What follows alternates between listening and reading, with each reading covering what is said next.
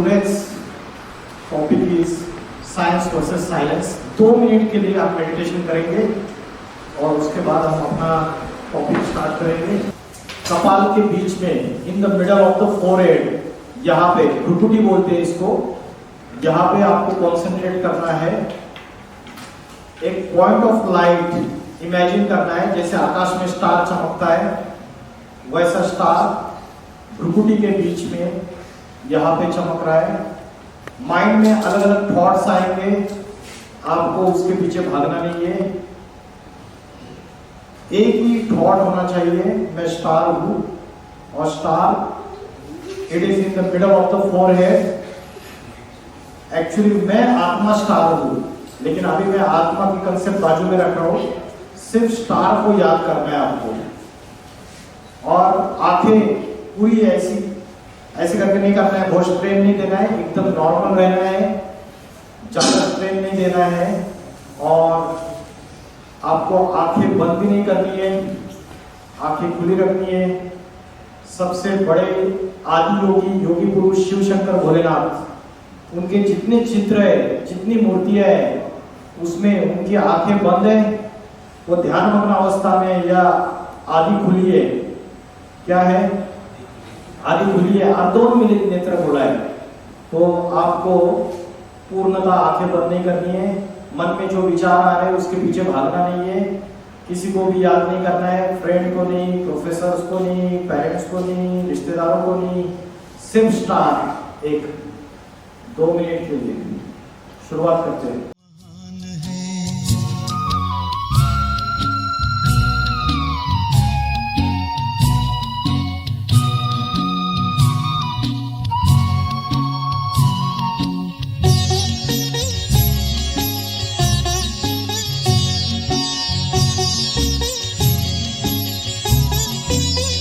बड़ा ही मूल्यवान है तुम्हारा ये जन्म, तुम्हारा ये जन्म। बड़ा ही मूल्यवान है तुम्हारा ये जन्म, तुम्हारा ये जन्म। जगत की कर्म भूमि में करो भले कर्म, करो भले कर्म। अच्छे रखो विचार, उत्तम करो व्यवहार। अच्छे रखो विचार, उत्तम करो व्यवहार। आदर्श व्यक्ति की ये पहचान है, जो मन वचन कर्म से पवित्र है। वो चरित्रवान ही यहाँ महान है। पवित्र मन रखो, पवित्र तन रखो। पवित्रता मनुष्यता की शान है, जो मन वचन कर्म से पवित्र है। वो चरित्रवान ही यहाँ महान है।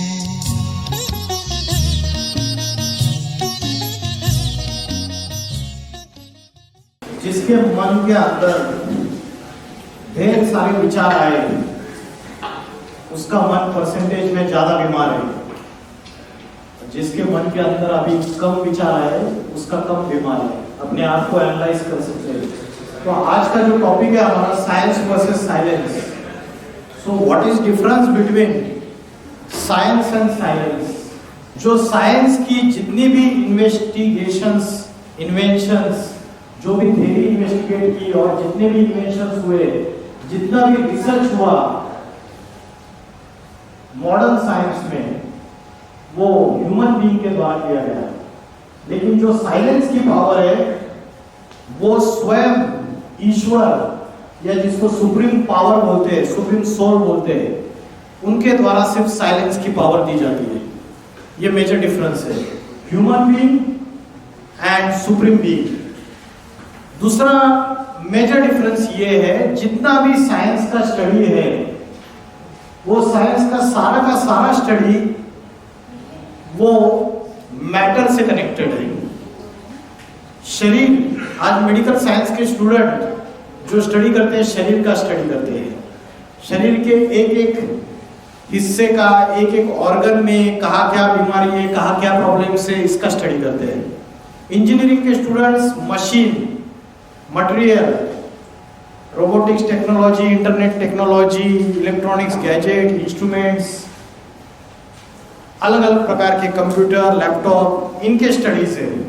तो मशीन का स्टडी है, मतलब जो भी स्टडी है वो पदार्थ का स्टडी है, पदार्थ विज्ञान बोलते हैं। और जो मैटर होता है वो जड़ होता है या कॉन्शियसनेस होती है उसमें, it is whether it is alive और अनकॉन्शियस। क्या होता है, जितना भी पदार्थों में स्टडी करते हैं, पदार्थ जड़ होता है, डेड होता है या कॉन्शियस होता है? डेड होता है।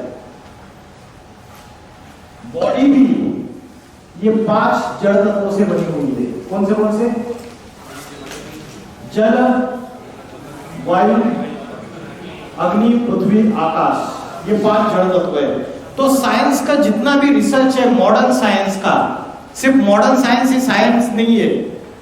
2000-3000 साल पहले आयुर्विज्ञान भी था और कई प्रकार के विज्ञान थे। इवन श्रीमद् भगवद गीता में भगवान ने अर्जुन को बोला, मैं तुझे ज्ञान के साथ साथ विज्ञान भी बताता हूं। विज्ञान का अर्थ है विशेष ज्ञान। वो विशेष ज्ञान का अर्थ क्या है? योग। योग ही असली विज्ञान है। और योग का अर्थ क्या है? योग का अर्थ क्या है? What is the meaning of योग? नॉट योगा। योगा तो बिगड़ा हुआ शब्द है उसका। What is the meaning of योग? शांति। योग का अर्थ है कनेक्शन। किसका किससे कनेक्शन? माँ गंगानगर में बैठी है, बच्चा MBBS की पढ़ाई पढ़ के आगे MS किया और अमेरिका चला गया, और माँ बच्चे को याद कर रही है।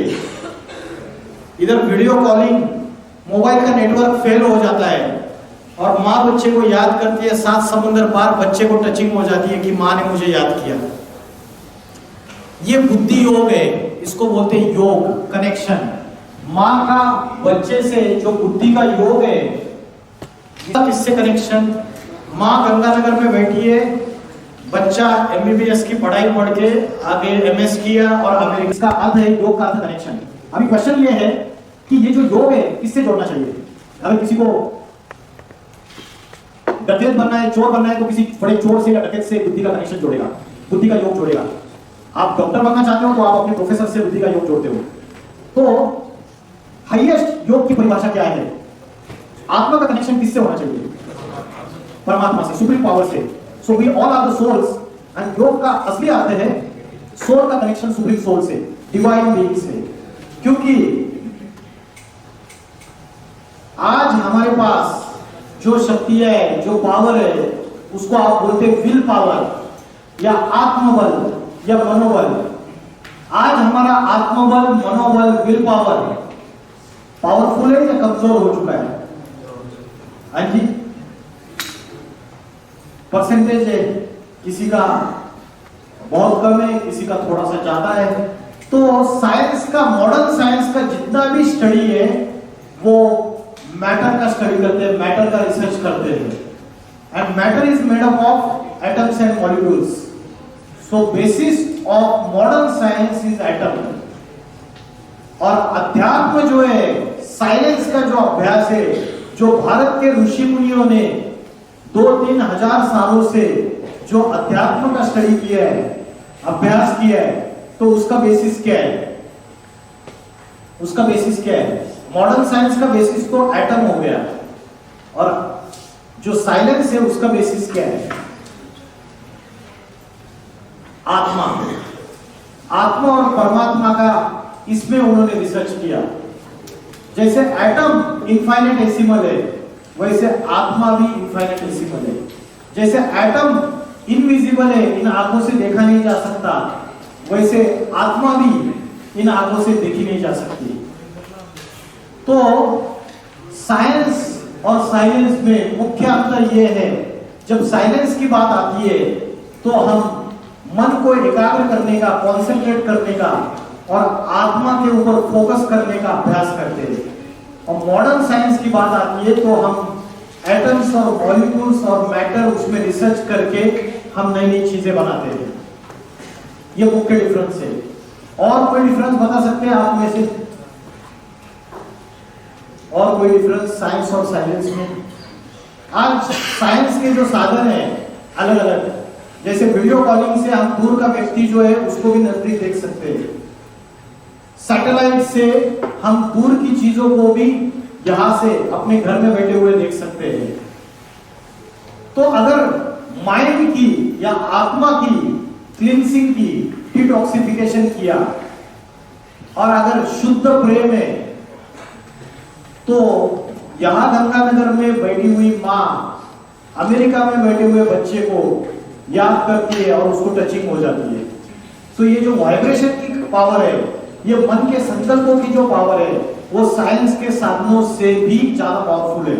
साइंस के साधन तो फेल हो जाते हैं,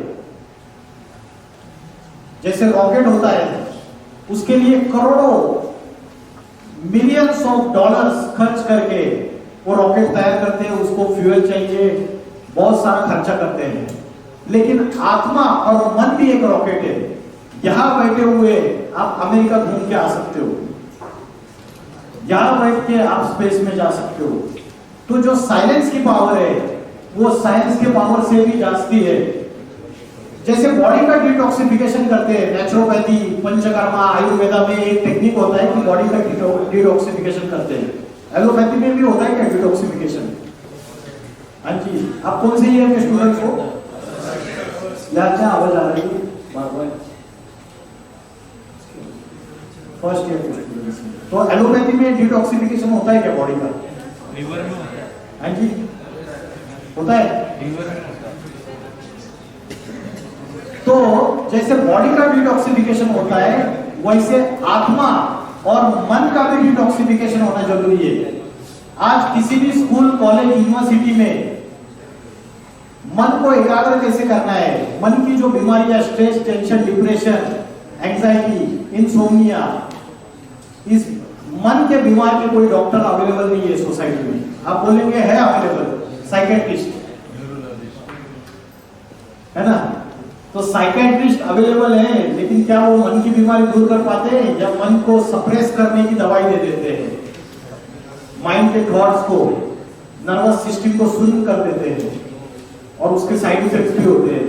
तो मन को एकाग्र करने की, मन को पावरफुल बनाने की, विल पावर बढ़ाने की, आत्मबल बढ़ाने की पढ़ाई किसी भी स्कूल, कॉलेज, यूनिवर्सिटी में आज की तारीख में सिखाई नहीं जा रही है। तो साइंस की जो शक्ति है वो आत्मा के नॉलेज से आती है। लेकिन आज साइंस के जो साधन है उससे हम इतना एडिक्टेड हो चुके हैं, तो से जैसे मोबाइल्स आ गए, 10-15 साल पहले ये मोबाइल ज्यादा नहीं थे, आज सभी के पास है। तो उससे आपका माइंड डिस्ट्रैक्ट हो रहा है या माइंड कॉन्सेंट्रेट हो रहा है? हाँ जी, डिस्ट्रैक्ट हो रहा है। तो माइंड डिस्ट्रैक्ट होने से आत्मा की जो एनर्जी है, आत्मबल है, वो कम हो जाता है। और माइंड कॉन्सेंट्रेट होने से, फोकस होने से, मैंने आपको एक पॉइंट ऑफ लाइट स्टार के ऊपर कॉन्सेंट्रेट करने के लिए इसलिए बोला क्योंकि आत्मा जो है वो सूक्ष्म है और सूक्ष्म में बहुत पावर है। जैसे एटम होता है, एटम बहुत सूक्ष्म है लेकिन पावरफुल है। एटम पावरफुल है ना? कैसे? एटम से एटम बॉम्ब बना। रॉबर्ट ओपेनहाइमर ने एटम बॉम्ब बनाया, फर्स्ट न्यूक्लियर टेस्ट किया 1945 में। और जब एक्सप्लोजन हुआ उसका फर्स्ट न्यूक्लियर टेस्ट करने के बाद, तो रॉबर्ट ओपेनहाइमर के वर्ड से कालोस्मी, आज भी आप YouTube में देख सकते हो, 1945 का वीडियो रॉबर्ट ओपेनहाइमर का अवेलेबल है।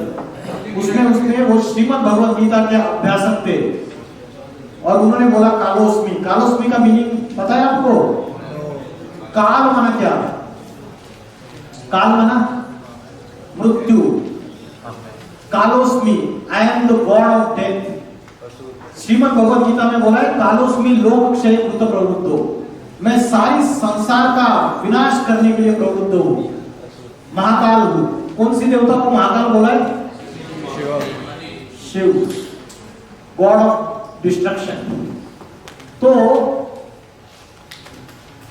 जो एटम है वो इतना सूक्ष्म है, लेकिन एटम से atom bomb, atomic weapons, nuclear weapons तैयार होके सारी सृष्टि का विनाश कर सकते हैं। तो साइंस की जो खोज है वो आज हमें एक तरीके से डिस्ट्रक्शन की तरफ भी लेके जा रही है, नहीं? हाँ जी, डिस्ट्रक्शन की तरफ लेके जा रही है, नहीं? आज छोटी से छोटी कंट्री के पास एटॉमिक वेपन्स, न्यूक्लियर वेपन्स छोटी से छोटी कंट्री के पास है। नॉर्थ कोरिया जैसा छोटा सा देश, किम जोंग उसका प्रेसिडेंट है, वो अमेरिका जैसे महासत्ता को धमकी देता है न्यूक्लियर वेपन्स की जो पावर है उसके पास, उसके आधार पे। तो जो साइंस है वो हमें डिस्ट्रक्शन की तरफ लेके जा रहा है। फर्स्ट वर्ल्ड वॉर हो गया, सेकंड वर्ल्ड वॉर हो गया, अभी दुनिया थर्ड वर्ल्ड वॉर की कगार पे खड़ी हुई है। और अगर थर्ड वर्ल्ड वॉर हो गया तो एटॉमिक वेपन्स का यूज होगा या नहीं होगा? मनुष्य जिस पेड़ की डाली पे बैठा हुआ है उसी डाली को काट रहा है। अगर उसी डाली को काटेगा तो खुद भी नीचे गिरेगा। तो मनुष्य ने अपने डिस्ट्रक्शन के सारे साधन तैयार कर दिए। साइंस का मिसयूज भी होता है, साइंस का पॉजिटिव यूज भी होता है।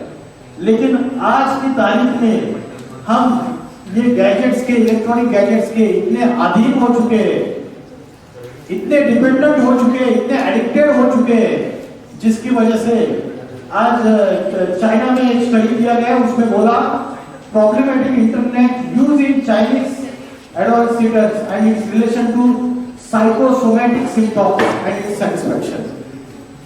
यहां तक एक रिसर्च ने यह भी साबित किया कि इंटरनेट एडिक्शन से लो ब्रेन एक्टिविटी होती है और जो नॉर्मली कम इंटरनेट यूज करते हैं उनका हाई ब्रेन एक्टिविटी होती है। चाइना ने, ये फर्स्ट कंट्री है, उन्होंने रिसर्च करके ये बताया इंटरनेट एज अ डिसीज। और उसका जो भी हम सोशल मीडिया पे आज अलग अलग रील्स देखते हैं, अलग अलग चीजें देखते हैं, उसमें अलग अलग प्रकार के फील्ड्स में अलग अलग लोगों के अलग अलग ओपिनियन से टुंडे टुंडे मते भिड़ना, और वो हमारे इमोशंस को भी अफेक्ट कर रहे हैं सबके, चाहे छोटे चाहे बड़े हैं। आज की तारीख में चाहे छोटे बच्चे हैं चाहे बुजुर्ग हैं, किसी का भी मन एकाग्र नहीं है, मन भटकता रहता है, डिस्ट्रैक्ट होता रहता है। तो साइलेंस का जो अभ्यास है, साइलेंस का जो अभ्यास है वो बहुत इंपॉर्टेंट है। आपने लॉ ऑफ अट्रैक्शन सुना है? What is law of attraction? Law of attraction क्या है बताइए, कौन बोला इससे, बताइए। As you think so you become, जो आप सोचते हैं वैसे ही आप बनते हो। As you imagine so you create, जैसे आप इमेजिन करते हो वैसे ही क्रिएट करते हो। और कई बार आपने सोचा रहेगा कि मेरे कंसिस्टेंटली ये थॉट्स चलते हैं और वैसा ही मेरे साथ हो रहा है, ये लॉ ऑफ अट्रैक्शन है। तो आपकी मन की, संकल्पों की, थॉट्स की और वाइब्रेशन की पावर इतनी जबरदस्त है जो सारे यूनिवर्स में स्प्रेड होती है और यूनिवर्स आपको रिटर्न देता है। ये लॉ ऑफ अट्रैक्शन है। इसलिए कभी कभी आपने ये भी देखा रहेगा कि आप किसी के बारे में सोच रहे हो और अचानक उसका फोन आ जाता है, मोबाइल में रिंग हो जाती है। तो ये आपके मन की जो तरंगे, ये जो वाइब्रेशन की पावर है, ये बहुत जबरदस्त है। दिल वाले दुल्हनिया ले जाएंगे, देखा क्या? उसमें शाहरुख खान क्या बोलता है, काजोल को पलट, मन के अंदर बोलता है, संकल्पों से बोलता है और पलट जाती है। ये वाइब्रेशन की पावर है। आज ये वाइब्रेशन की पावर हमारी पूरी तरीके से कमजोर हो चुकी है, क्योंकि आत्मा की नॉलेज नहीं है आपको, मन को कैसे एकाग्र करना उसकी नॉलेज नहीं है। आज कोई भी हॉस्पिटल नहीं है जिसमें मन का इलाज हो सकता है। आज मॉडर्न साइंस जो है उसमें जो डॉक्टर्स है वो भी ये एडवाइस करते हैं पेशेंट्स को कि ऑपरेशन से पहले आप श्रीमद् भगवत गीता पढ़िए। श्रीमद् भगवत गीता पढ़ने की सलाह देते हैं, क्योंकि साइंस के अपने लिमिटेशन से, जब साइंस और स्पिरिचुअलिज्म दोनों एक साथ आके मिलके काम करेंगे तब एक्चुअली जो सृष्टि में जो नैतिकता का अधपतन हो चुका है, जो इमोरल हो चुकी है सृष्टि, तो उसमें ट्रांसफॉर्मेशन हो जाएगा। एक मोसोरो इमोटो नाम के जापानीज साइंटिस्ट है, उन्होंने एक एक्सपेरिमेंट किया था। उन्होंने 2 ग्लासेस लिए, उसमें पानी लिया और एक ग्लास ऑफ वाटर के सामने उन्होंने लवफुल मैसेजेस पास किए, अच्छे अच्छे शब्द बोले, प्यार भरे, और दूसरे ग्लास ऑफ वाटर के सामने उन्होंने हेटफुल मैसेजेस पास किए, नेगेटिव मैसेजेस। और उन दोनों ग्लासेस को उन्होंने बाद में फ्रिज में रखा, थोड़ी देर के बाद निकाला और उसको माइक्रोस्कोपिक ऑब्जर्वेशन में रखा। हाँ जी, क्या कर रहे हो? वो सिग्नेचर बाद में करते हो, बाद में करते हो उसको, ठीक है, रोक दो उसको वही। तो उन्होंने माइक्रोस्कोपिक ऑब्जर्वेशन किया बाद में। जब माइक्रोस्कोपिक ऑब्जर्वेशन किया तो जो फर्स्ट ग्लास ऑफ वाटर था जिसके सामने लवफुल मैसेजेस पास किए थे, तो उनको देखा कि मॉलिक्यूलर स्ट्रक्चर है वो कंप्लीटली बैलेंस स्ट्रक्चर है, सिमेट्रिक स्ट्रक्चर है। And second glass of water है, उसका मॉलिक्यूलर स्ट्रक्चर जिसमें हेटफुल मैसेजेस पास किए थे, गालियां दी थी, एब्यूजेस दिया था, उसका जो मॉलिक्यूलर स्ट्रक्चर है कंप्लीटली डिस्टॉर्टेड है, अनसिमेट्रिक है, कोलैप्स मॉलिक्यूलर स्ट्रक्चर है। तो वाटर आल्सो कैरीज मेमोरी।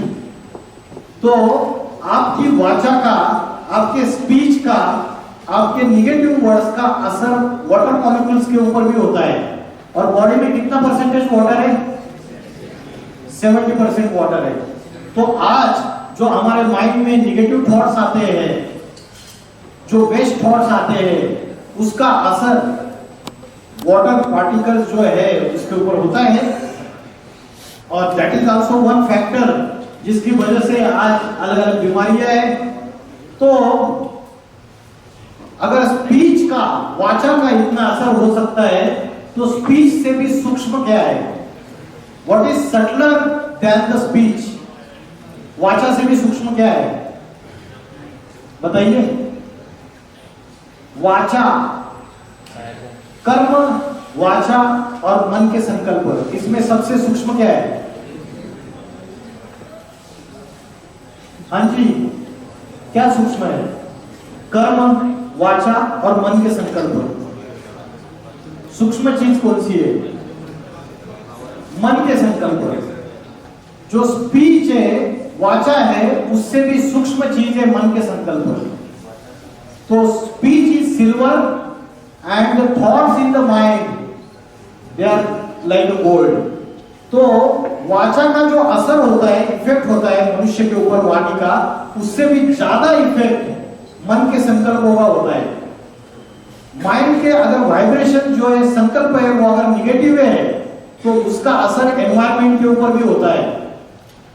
अगर कोई क्लास में सवेरे सवेरे बहुत खुशनुमा चेहरा लेके आया, बहुत प्रसन्न चेहरा लेके आया, तो जितने भी डिप्रेस माइंड वाले लोग हैं वो उसके सर्कमफेरेंस में जब आ जाते हैं, उसके वाइब्रेशंस के सर्कमफेरेंस में, तो उनका माइंड भी चेंज हो जाता है, उनको भी पॉजिटिव फीलिंग्स आते हैं, उनको भी पॉजिटिव वाइब्स आते हैं।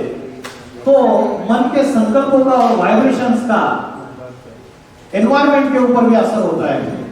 जो चीज जितनी सूक्ष्म होती है उतनी पावरफुल होती है। इसलिए शास्त्रों में एक चीज बोली है, मन के हारे हार है, मन के जीते जीत है। और दूसरी चीज बोली है, मन जीते सो जगत जीत। जिसने अपने मन को जीत लिया उसने सारे जगत को जीत लिया। तो आज की तारीख में हमारा सारा फोकस शरीर के ऊपर है।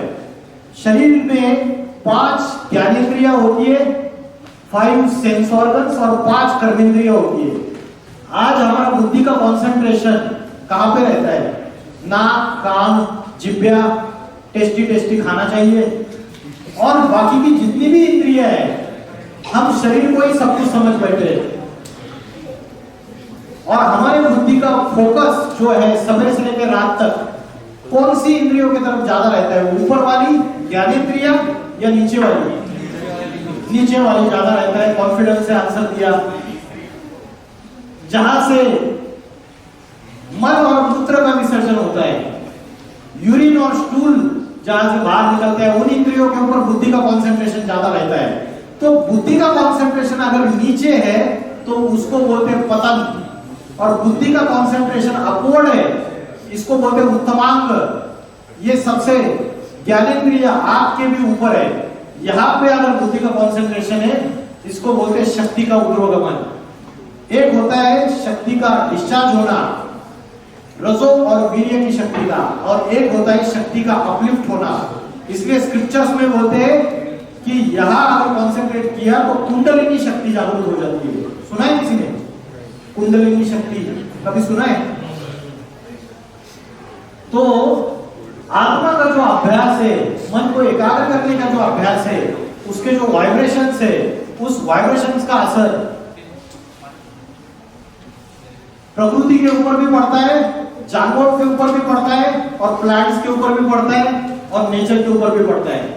क्योंकि मनुष्य इस सृष्टि रूपी रंगमंच का मेन एक्टर है, और बाकी जितने भी पशु पक्षी प्राणी वनस्पति ये सारे साइड एक्टर्स है। कॉन्शियसनेस प्राणियों में ज्यादा होती है या वनस्पति में ज्यादा होती है? प्राणियों में ज्यादा होती है। और एनिमल्स से ज्यादा कॉन्शियसनेस किसमें होती है? मनुष्य में होती है। और मनुष्य में सबसे हाईएस्ट कॉन्शियसनेस जिसमें होती है उसको हम बोलते हैं सुप्रीम पावर, परमात्मा, ईश्वर, शिव, अल्लाह, गॉड, अलग अलग नामों से पुकारते हैं उसको, क्योंकि उसमें हाईएस्ट कॉन्शियसनेस है। तो मनुष्य के वाइब्रेशन का असर, मनुष्य अगर बिगड़ गया तो ये सृष्टि के जो जानवर है, जो साइड एक्टर्स है, और जो नेचर है वो भी बिगड़ जाता है। मनुष्य के वाइब्रेशंस प्योर है, पॉजिटिव है, तो उसका असर एनवायरमेंट के ऊपर भी होता है, जानवरों के ऊपर भी होता है। जंगल में रहने वाला जो कुत्ता है वो ज्यादा बीमार पड़ता है या पालतू कुत्ता ज्यादा बीमार पड़ता है? पालतू कुत्तों के तो डॉक्टर्स भी है, अभी जानवरों के भी डॉक्टर्स है। तो उसका कारण क्या है? उसका कारण है कि मनुष्य के वाइब्रेशंस में, जब वो घर में कुत्ता आता है तो उसके वाइब्रेशंस में वो रहता है। तो अगर मनुष्य बीमार पड़ता है, उसके मकान मालिक, उसका जो मालिक है वो बीमार पड़ता है, उसके फैमिली मेंबर्स बीमार पड़ते हैं, तो उसका असर जानवर के ऊपर भी होता है। तो वाइब्रेशंस जो है, उसकी पावर जो है, उसका असर जानवरों के ऊपर भी होता है। निकोला टेस्ला नाम का जो फेमस साइंटिस्ट है, उन्होंने बोला if you wish to understand the universe think of energy, frequency and vibration. तो एनर्जी, फ्रीक्वेंसी और वाइब्रेशन, वाइब्रेशंस क्या है? जो हमारे मन से, हमारे आत्मा से जो तरंगें निकलती है वही वाइब्रेशन से। लेकिन आज उसका अभ्यास हम नहीं करते हैं। जो निकोला टेस्ला जो फेमस साइंटिस्ट है, उन्होंने बोला कि मैंने जितने भी इन्वेंशंस किए उसके लिए मुझे डीप साइलेंस की स्टेज में जाना पड़ा। तो साइंस ने आज जितनी खोजें की है उसके लिए साइंटिस्ट को डीप साइलेंस की स्टेज में, एकांत में जाना पड़ा, मन को पूरा कॉन्सेंट्रेट करना पड़ा, फोकस करना पड़ा, तभी जाके उन्होंने साइंस में इन्वेंशंस किए। तो डीप साइलेंस का रिजल्ट है मॉडर्न साइंस की खोजें। तो साइंस और साइलेंस में, without silence power, science could not have been make the invention. Silence power help science power, ये निकोला टेस्ला का कहना है। All the scientists have gone into depth of silence in order to invent something.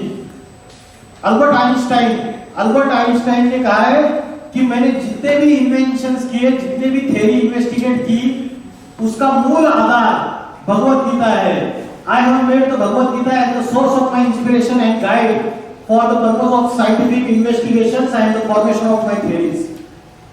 तो बड़े-बड़े scientist है, उन्होंने भगवत गीता को आधार माना। तो भगवत गीता में बोला है भगवान वाच, स्वयं परमात्मा ने यह ज्ञान का गीत गाया है।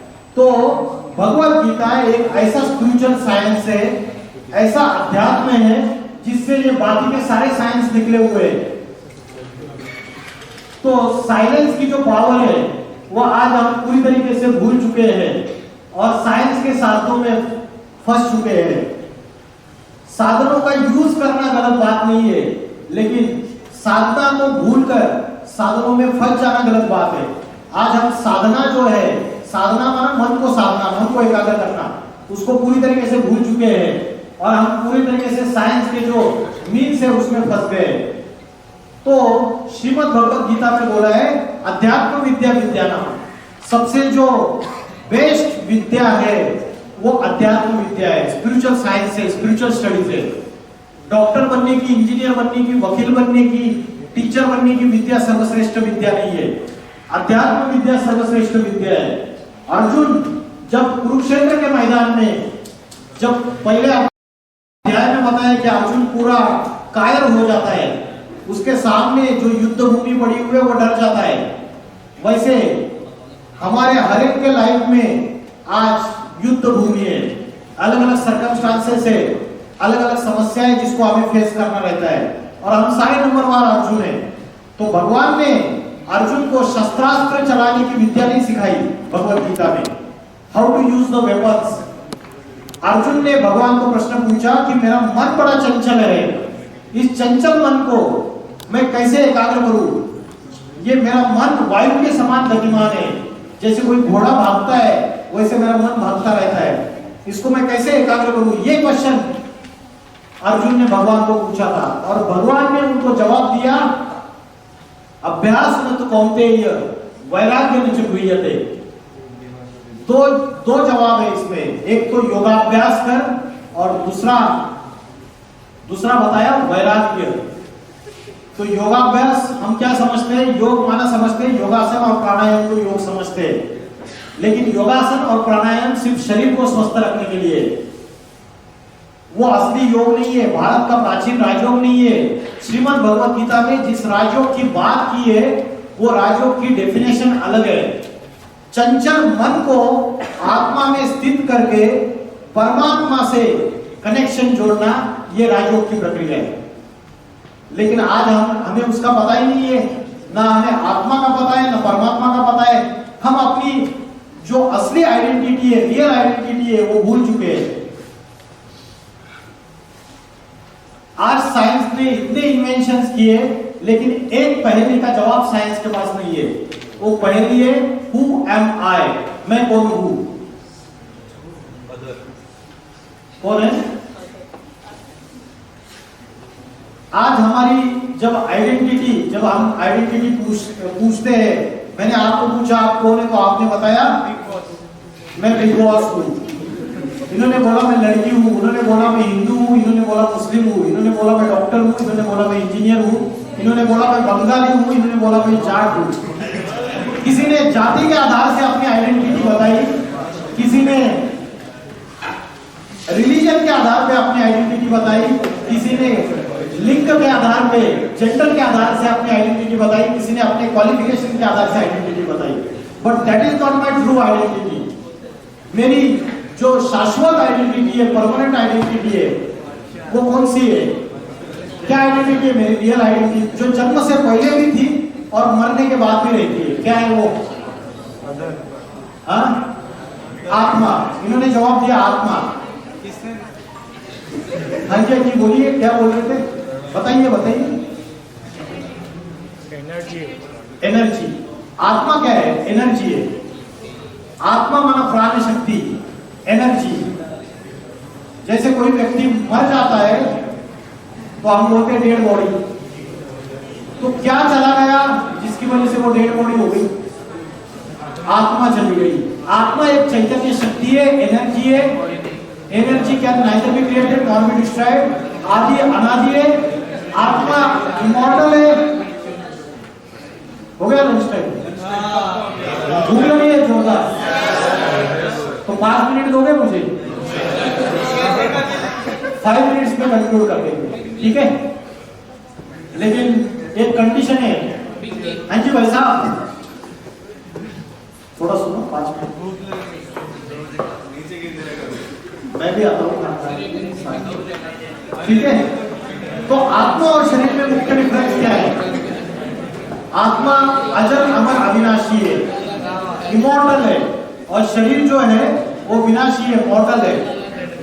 तो ये आत्मा की जो शक्ति है, मनोबल है, आत्मबल है, विल पावर कैसे बढ़ाना है, उसके लिए क्या सॉल्यूशन है? इसके लिए आपको पता होना चाहिए आत्मा शरीर में कहाँ रहती है। किसी को पता है शरीर में कहाँ रहती है आत्मा? हार्ट में। हार्ट का तो ट्रांसप्लांटेशन हो जाता है, फिर भी व्यक्ति जिंदा रहता है।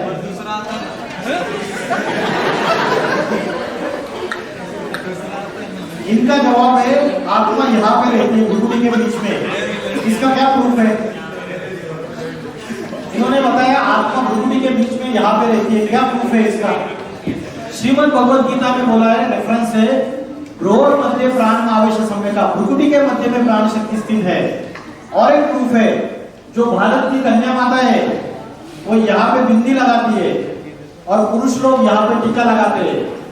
जब द्वापर युग से ऋषि मुनियों को यह पता चला कि मनुष्य बॉडी कॉन्शियसनेस में जा रहा है और सोल कॉन्शियसनेस भूल रहा है, तो मनुष्य को आत्मा का ध्यान रहे कि आत्मा उत्तमांग में यहाँ पे रहती है, इसलिए ये बिंदी लगाने की और टीका लगाने की परंपरा शुरुआत हो गई। लेकिन आज वो फैशन बन के रह गई।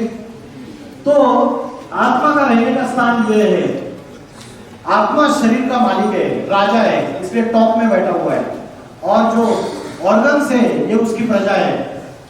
तो आज आत्मा जो राजा है उसका ऑर्डर ये जो प्रजा है ये मानते हैं क्या? आंखों को बोला उधर मत देख, लेकिन आंख देखती है।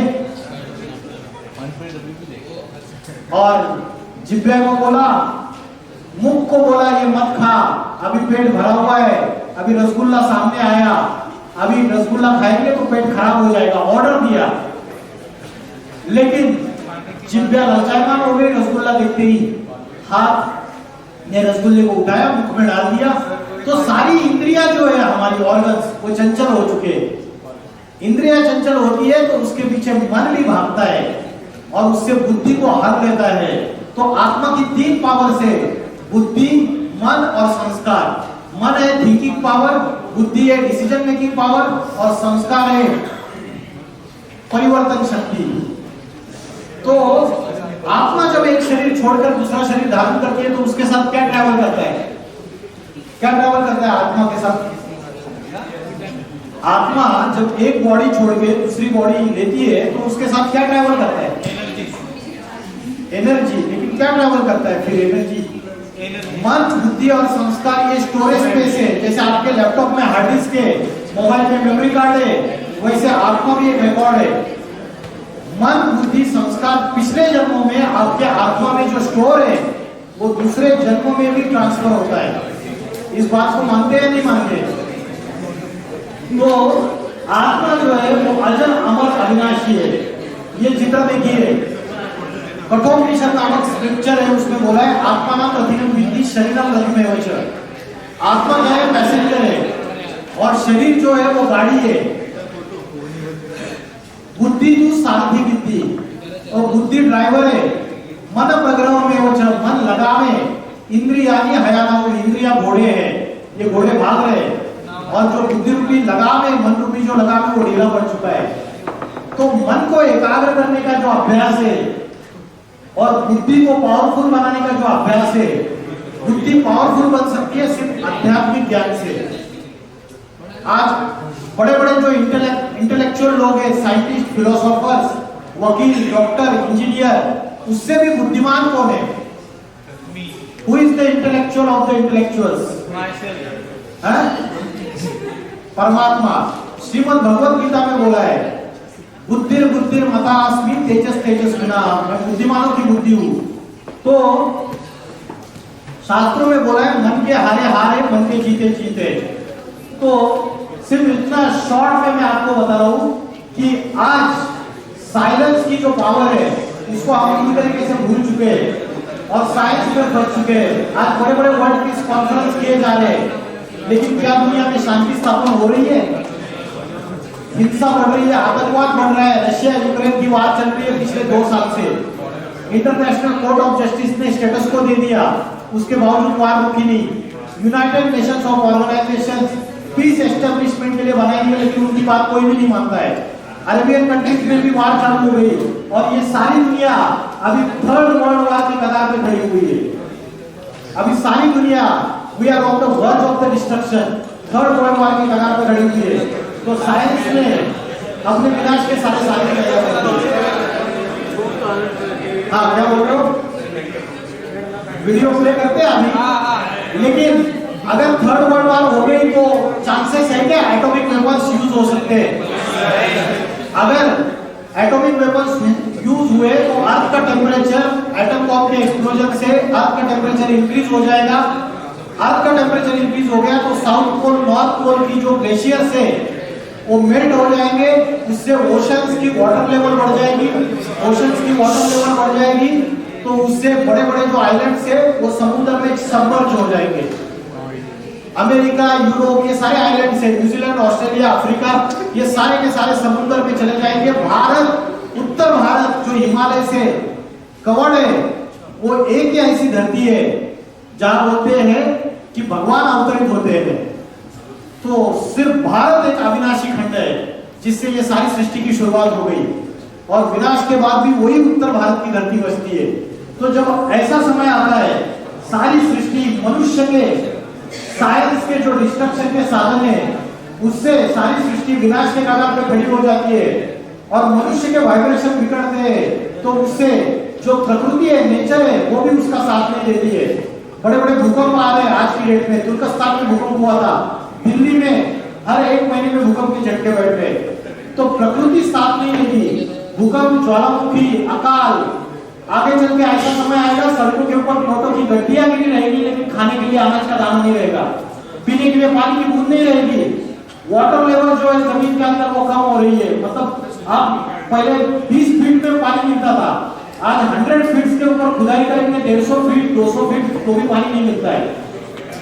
एनवायरमेंटल डिग्रेडेशन हो चुका है, ओजोन का लेयर डिप्लीट हो चुका है, उसकी वजह से अल्ट्रा वायलेट रेज, इसलिए अर्थ का टेम्परेचर बढ़ रहा है। नासा की रिपोर्ट है कि अर्थ का टेम्परेचर 1 डिग्री सेल्सियस से बढ़ चुका है। तो जब ऐसा समय है तो सारी सृष्टि साइंस से विनाश के कगार पे जाके खड़ी हो जाती है। आवाज नहीं है, नो साउंड। मेट्रोपॉलिटन सिटीज में जो बड़ी बड़ी बिल्डिंग्स है 50-50, 70-70 मंजिल की, अगर भूकंप आ जाएंगे तो ताश के पत्ते के जैसी ये बिल्डिंग गिर जाएगी। तो आज मनुष्य ने जो भी डेवलपमेंट्स किए, रिमोट कंट्रोल का एक बटन दबाने की देर है। अगर एटॉमिक वेपन्स का इस्तेमाल हो गया तो सारी दुनिया विनाश हो सकती है। तो ऐसे समय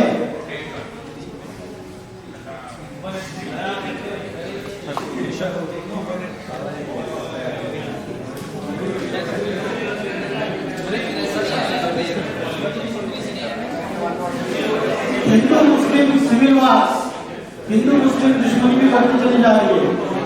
तो ऐसा जो समय है, ऐसे समय पे जब सारी सृष्टि में मनुष्य का आत्मा का नॉलेज भूल जाता है, आत्मज्ञान को भूल जाता है और पदार्थ के ज्ञान को ही सब कुछ समझ बैठता है। आज साइंस का घमंड है सभी के पास। आज रशिया में जाएंगे तो वो लोग मैक्सिमम लोग नास्तिक हो चुके हैं और वेस्टर्न कंट्रीज में बहुत सारे लोग नास्तिकता की तरफ जा रहे हैं, ना वो आत्मा को मानते हैं ना परमात्मा को मानते हैं। और इंडियन भारतवासी जिनके पास अध्यात्म का खजाना है, ट्रेजर ऑफ स्पिरिचुअलिज्म, वो सारे वेस्टर्न कंट्रीज को फॉलो कर रहे हैं। अपनी सनातन धर्म की जो संस्कृति है इसको भूल चुके हैं पूरी तरीके से। कलयुग अभी बच्चा नहीं है, अभी थोड़ा सा बचा है, वेंटिलेटर पे है कलयुग, अभी अंतिम सांसें ले रहा है। ऐसे समय मैं आपको एक लास्ट स्पिरिचुअल मैसेज देना चाहता हूं कि ऐसा ये जो वर्तमान समय है, ऐसे समय साइलेंस की पावर सिखाने वाला एक ही देवता है, उसका नाम है शंकर। शंकर का अर्थ है शम करोति, शांति की देवता। वो शिव स्वयं इस सृष्टि पे अवतरित होते हैं और सारी सृष्टि को ट्रांसफॉर्मेशन करने के लिए पापी कलयुग को पावन सतयुग में ट्रांसफॉर्मेशन करने का नॉलेज दे रहे हैं। इसलिए बोला है गुरु ब्रह्मा गुरु विष्णु गुरु देव महेश्वर। तो कभी तो वो प्रैक्टिकल टीचर बन के आए रहेंगे और उधर कभी तो उन्होंने अध्यात्म की नॉलेज दी रहेगी। तो अभी का वर्तमान समय है ये, this is the present situation. आज का कोई भी पॉलिटिकल लीडर, कोई भी रिलीजियस लीडर इस सृष्टि को ट्रांसफॉर्मेशन नहीं कर सकता। स्मार्ट सिटीज बना सकते हैं, बड़े बड़े malls, 5 star hotel, 7 star hotel, helicopters और बड़े बड़े एरोप्लेन्स, जेट्स, सब कुछ बना सकते हैं, रॉकेट बना सकते हैं, मंगल पे जा सकते हैं, लेकिन इस सृष्टि का, पापी सृष्टि का पावन सृष्टि में, इस पुरानी दुनिया का पावन दुनिया में परिवर्तन नहीं कर सकते। अभी दुनिया में नैतिकता अधःपतन में जा रही है, नीचे जा रही है, मोराली डिग्रेडेशन हो रहा है और साइंस को ही सब कुछ समझ बैठे। ऐसे समय परमात्मा इस सृष्टि पे अति साधारण मनुष्य तन में ही incarnate on the earth in an ordinary human being, और वो योग के आधार से इस सृष्टि पे परिवर्तित करते हैं साइलेंस की पावर से। आपने नॉस्ट्राडेमस का नाम सुना है? नॉस्ट्राडेमस प्रेडिक्टर है, भविष्यकार है। नॉस्ट्राडेमस, किट, Anderson, Jules Verne, Gopinath Shastri, कल्कि पुराण, ये भविष्यवाणियां की है कि 21st सेंचुरी में उत्तर भारत में एक महापुरुष का अवतार होगा। वो योगियों का भी योगी होगा। वो ऐसे आत्मा और परमात्मा के रहस्य खोलेगा कि बड़े बड़े जो साइंटिस्ट फिलोसोफर्स है वो भी सरप्राइज हो जाएंगे। और वो ऐसे आध्यात्मिक क्रांति लाएगा, ऐसा आध्यात्मिक संगठन स्थापन करेगा भारत में कि सारी दुनिया, America, Europe, Russia, Australia, Africa, सारी इस्लामिक कंट्रीज सब उसके सामने नतमस्तक हो जाएगी। भारत विश्वगुरु बनेगा। तो ये सिर्फ साइलेंस की पावर से पॉसिबल है। तो इतना बोलकर मैं रुकता हूं। ओम नमः शिवाय।